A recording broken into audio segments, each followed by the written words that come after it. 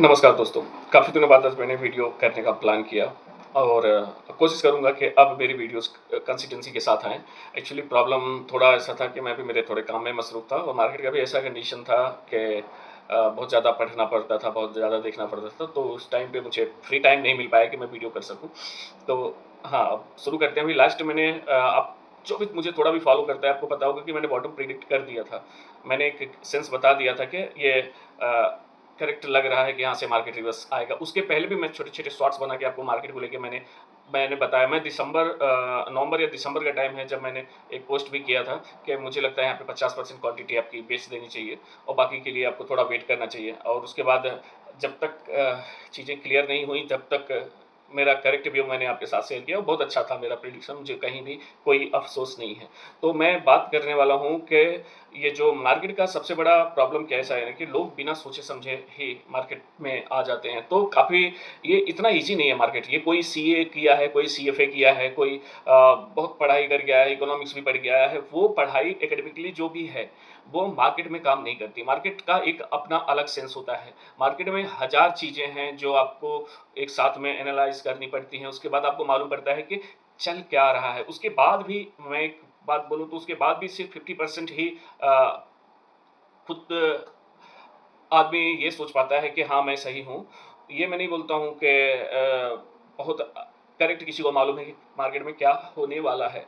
लेकिन एक सेंस बनता है और कई बार वो सेंस के साथ आदमी आगे बढ़ता है और अपना रिस्क, अपना सब कुछ अच्छे से मैनेज करके, तो चीज़ें बेटर हो जाती हैं। अभी इक्विटी रिसर्च, मार्केट ट्रैकिंग ये सब क्यों बहुत ज़रूरी होता है? आपको पता है कि इन्फोसिस हो गया, विप्रो हो गया, एचडीएफसी बैंक हो गया, भाई पीछे भर-भर के पैसे बना के दिए हैं इन स्टॉक्स ने लोगों को। मतलब कि 2-5 रुपए का स्टॉक भी 1000-2000 का गया है। तो लेकिन वही इन्फोसिस पिछले 5 साल से ₹1 बना के नहीं दिया। उसी एचडीएफसी ने पिछले 5 साल, 6 साल में कोई पैसा बना के नहीं दिया। उसी विप्रो ने कोई पैसा बना के नहीं दिया। लेकिन लोगों के ज़हन में बस जाता है, क्या उसके बाद पैसे बहुत सारे स्टॉक हैं, जो उसके बाद बहुत पैसा बना के दिए। और अभी भी स्टॉक हैं जो आगे भी पैसा बना के बहुत सारा देने वाले हैं। लेकिन लोगों का क्या है ना कि चलो पिछले साल आरबीएनएल ने अच्छा पैसा बना दिया कि ₹30 से वो 400 तक गया। उसके बाद भी लोग कोई 200 पे, कोई 300 पे लेके वहाँ पे बैठ गए। भाई ठीक है, पीई एक्सपेंशन हुआ था इस स्टॉक का, थोड़ा-सा बिज़नेस उसका बढ़ा था, बाकी इतना कोई डायनामिकली बहुत ज़्यादा चेंज नहीं हुआ था। फिर भी वो आउट परफ़ॉर्म कर गया वो स्टॉक, तो लोगों के पैसे बन गए।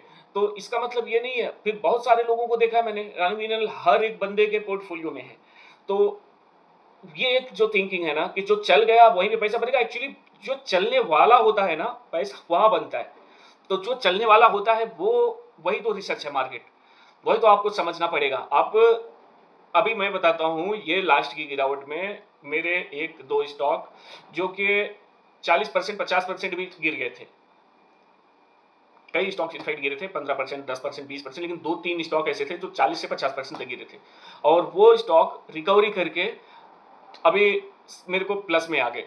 तो मैं उनको होल्ड क्यों करा? ऐसा नहीं है कि मैं नहीं डरा। मेरे को भी तकलीफ होता था कि यार कहीं कुछ एक्स्ट्रा तो नहीं जो मुझे ना पता चले। इन्वर्टर ने सीटी मारा, ओके। तो मुझे कोई ऐसा ना हो कि जो मुझे ना पता चले, इसलिए बस इतना ही। उसके बाद फिर क्या होता है, फिर पूरा इंटरनेट खंगाल मारना, वापस से उनके एनुअल रिपोर्ट पढ़ना, फिर वापस से उस स्टॉक के, एक्चुअली ज़्यादातर मैं छोटे स्टॉक में पैसे डालता हूँ, उसकी भी कहानी बताऊँगा आपको। छोटे स्टॉक में पैसे क्यों डालना पड़ता है, छोटे मतलब माइक्रो कैप। माइक्रो कैप क्योंकि अभी छोटे अमाउंट में, अब इतना बड़ा अमाउंट तो है नहीं भाई, ये इक्विटी मार्केट है, करोड़ों का करोड़ों भी यहाँ पे बहुत छोटा अमाउंट होता है, तो आप ऐसा देखना पड़ेगा।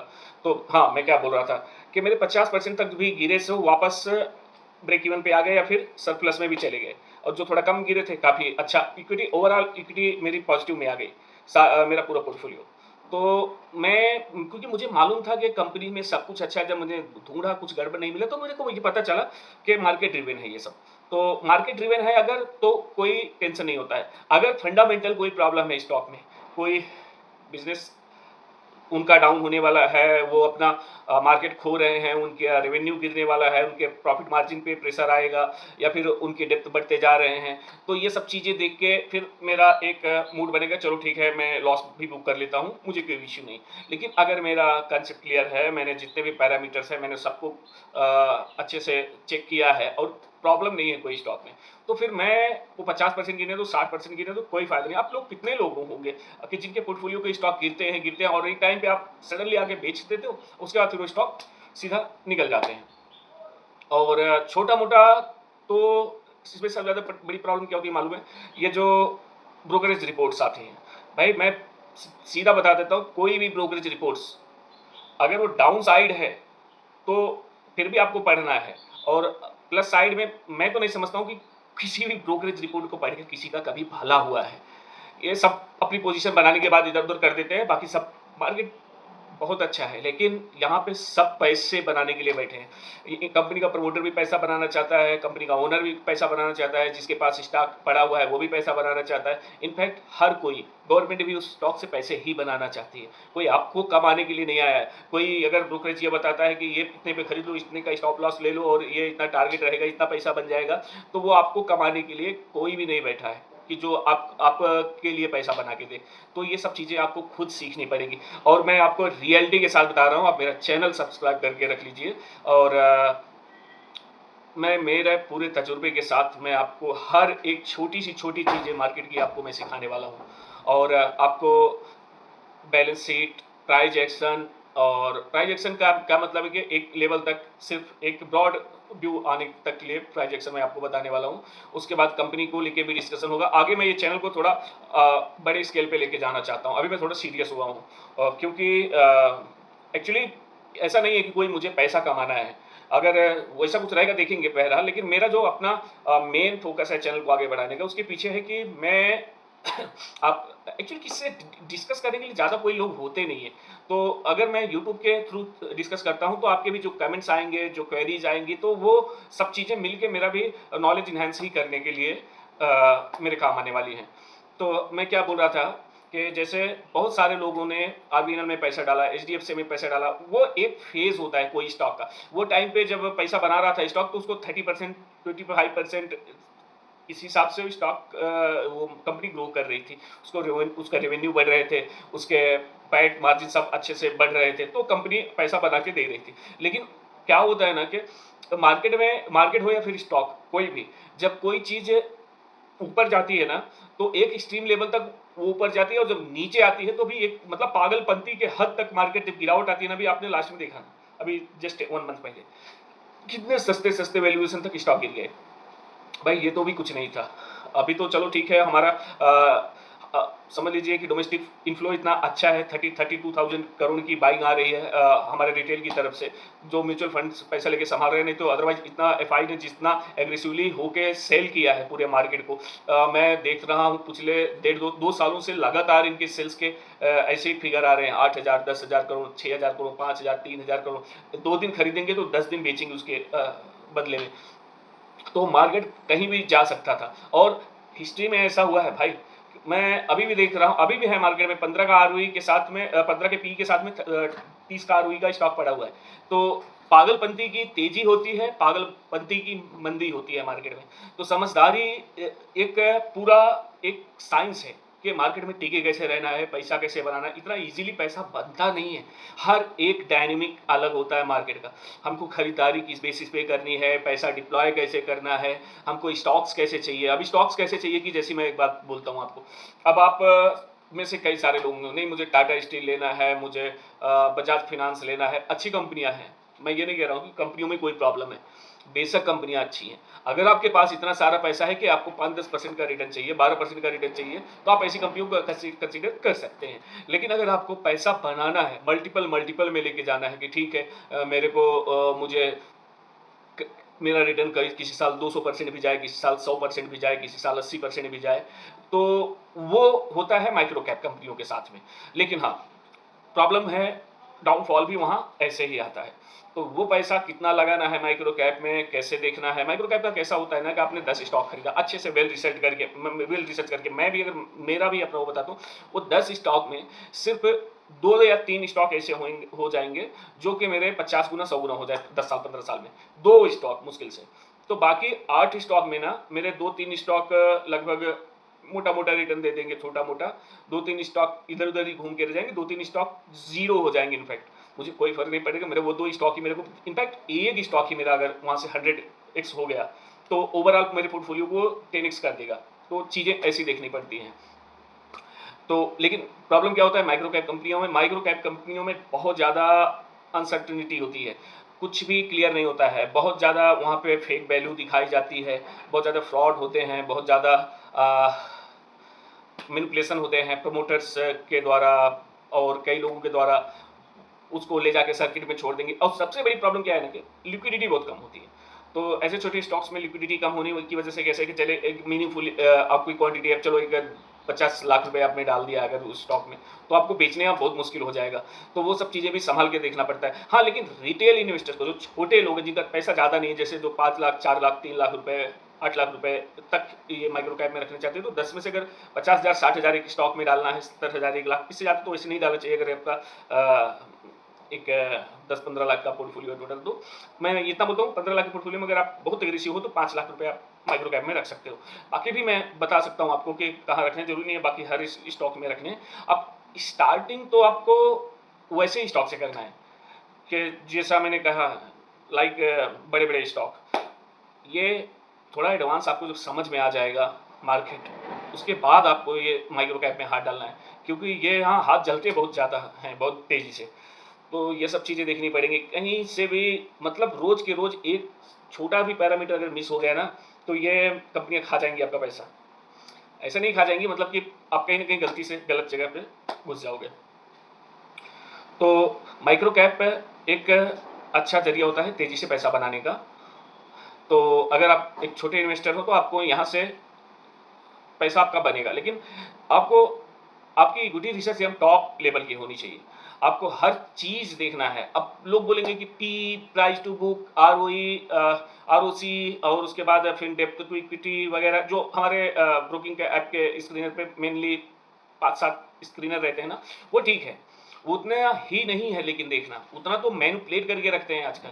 आपको टॉप कार, ये भी मैं एक कंपनी बता देता हूँ आपको, मिष्ठान फूड करके, आप देखेंगे 2 के पी पे है, 20-25 का आरओई रहेगा, देखने में सब कुछ बढ़िया है, लेकिन जब कंपनी के बैलेंस शीट खोल के आप अंदर जाके देखोगे तो पता चलेगा कि उसके जितने भी सेल्स होते हैं ना, वो सारे सेल्स उधारी में। बंदा 5 साल से, कंपनी 5 साल से अपना माल बेच रही है, माल बेच रही है, माल बेच रही है, और सारा पैसा, कोई कंपनी में पैसा नहीं आया, सारा पैसा बैलेंस शीट में पड़ा है। खाएगा भैया, या पूरा फ्रॉड करके रखे हो, अपनी एक फेक कंपनी खोल के उसी में खरीदी बिक्री करके रखे हो। अभी पिछले कुछ दिनों पहले सेबी ने भी कुछ उनको फाइन वगैरह डाला था उस पर, लेकिन फिर वही फाइन भर दिया, फिर काम चालू है।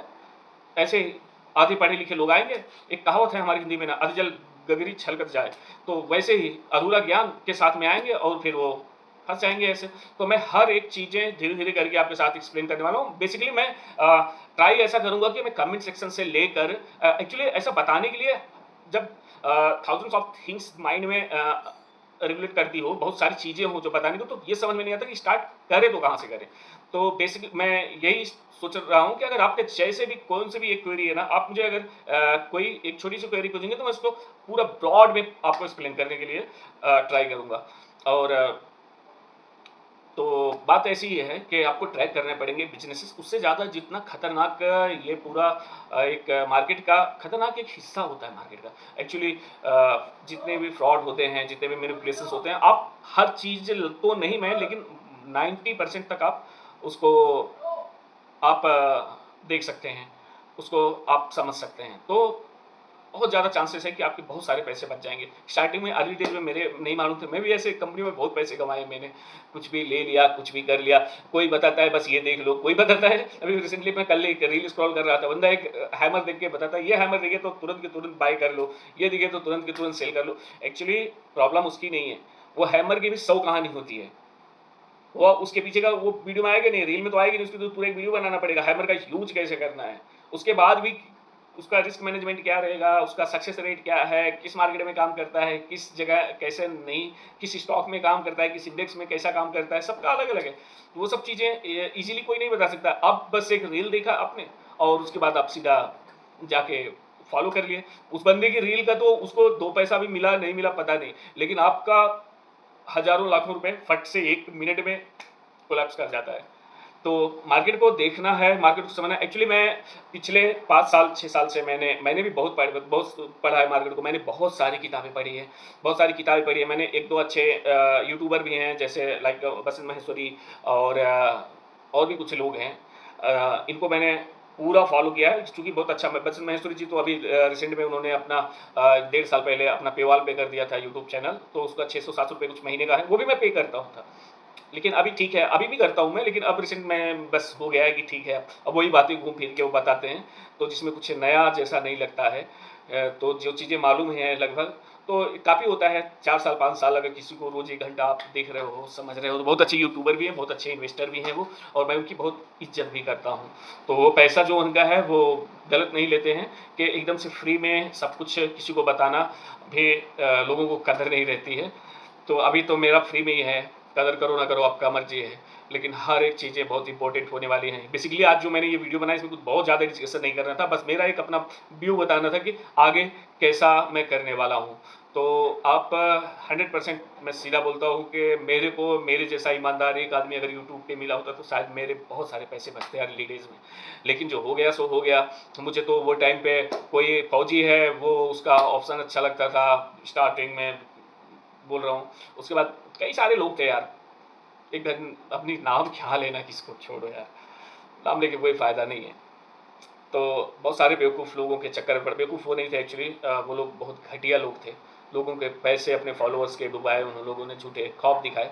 तो लेकिन ठीक ही है, अच्छा ही हुआ, क्योंकि उसके जिद में मैंने मार्केट को स्टडी करना स्टार्ट किया और मैंने बहुत मेहनत किया, और अभी भी मैं करता हूँ। मेरा अभी भी दिन का आधा दिन मेरा सिर्फ मार्केट को पढ़ने में, समझने में, चीज़ें देखने में, न्यूज़ देखने में। इनफैक्ट मैं आपको बता देता हूँ ना कि अगर कोई भी बंदा, ट्रंप भी कोई बात बोल रहा है, कोई उसका भी अगर वो कोई ट्वीट आता है कि मैं ये कर दूंगा, मैं वो कर दूंगा, वो चीज़ को भी देख के आप सीधा मार्केट में एक डिसीजन नहीं ले सकते, उसको भी एनालाइज करना पड़ेगा आपको।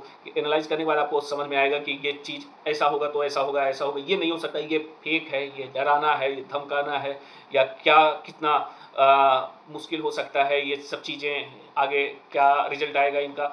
तो वो सब आपको देखने के लिए पूरा आपका बिहेवियर ही चेंज करने वाला है मार्केट ये। यहाँ पे हर चीज़ें एक अलग ही कॉमन सेंस यूज़ होता है यहाँ पे। तो सारी चीज़ें आपको धीरे-धीरे करके मालूम पड़ेगी। आई होप मिलते हैं फिर नेक्स्ट वीडियो में। Thank you.